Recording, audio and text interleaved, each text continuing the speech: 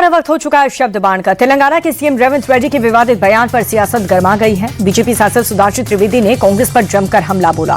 कहा कि हिंदू देवी देवताओं का अपमान करना कांग्रेस की पुरानी आदत है। सुधांशु त्रिवेदी बोले कि कांग्रेस की सोच सनातन विरोधी है। तेलंगाना के मुख्यमंत्री श्री रेवंत रेड्डी ने जिस प्रकार से हिंदू देवी देवताओं के बारे में अपमानजनक, अवांछनीय कमेंट किए हैं, उसे किसी भी कीमत पर बर्दाश्त नहीं किया जा सकता।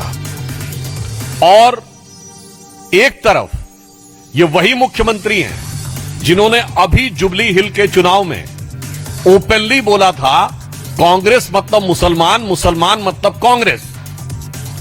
आपको पूरा तहे दिल से मुस्लिम समाज के साथ जाइए, कोई समस्या नहीं है। आप हम सफर, हम प्याला, हम निवाला, हम राज हो जाइए, हमें कोई समस्या नहीं है।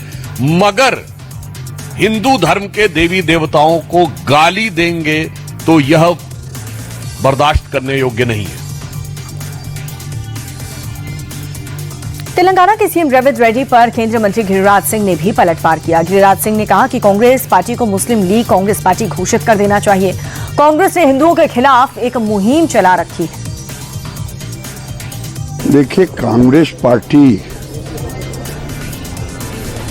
एक मुहिम चला रखा है हिंदुओं के खिलाफ, और जो भी इस तरह की बात बोलेगा ना वो भारत के संविधान में भरोसा रखता हो, ना वो भारत की संस्कृति से वास्ता रखता हो।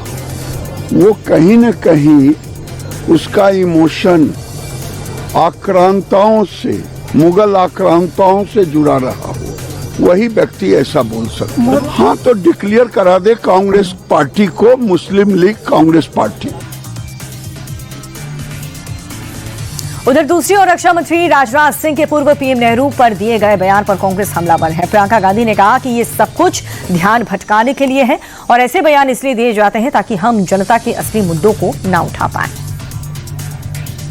ये सब डिस्ट्रैक्शन है, असली मुद्दे हैं, बहुत महत्वपूर्ण मुद्दे हैं जिन पे चर्चा होनी चाहिए, जिन पे बात होनी चाहिए। और ये सब रोज रोज ये कुछ ना कुछ डिस्ट्रैक्शन उठा लेते हैं ताकि हम फिर बयान दें, वो बयान दें, और जो असली मुद्दे हैं पब्लिक के, वो कोई उस पर कोई चर्चा ना हो।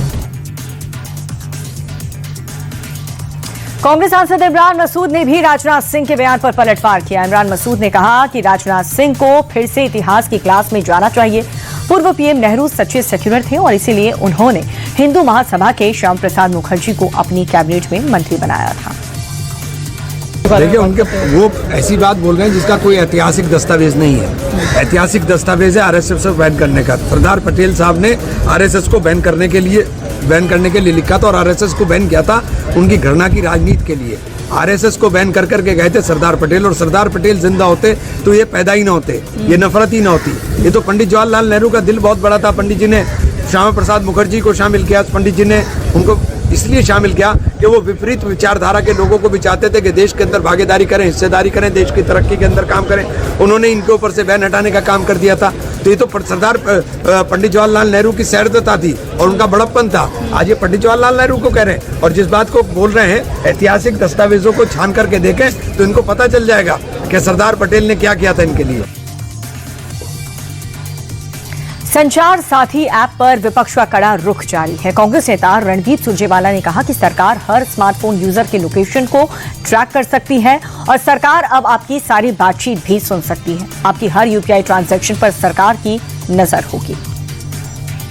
सरकार हर सेलफोन यूजर, स्मार्टफोन यूजर की लोकेशन को ट्रैक कर सकती है। यानी पूरे दिन में आप कहां गए, किससे मिले, सरकार को मालूम होगा। अब सरकार पॉसिबली आपकी सारी कन्वर्सेशन सुन सकती है।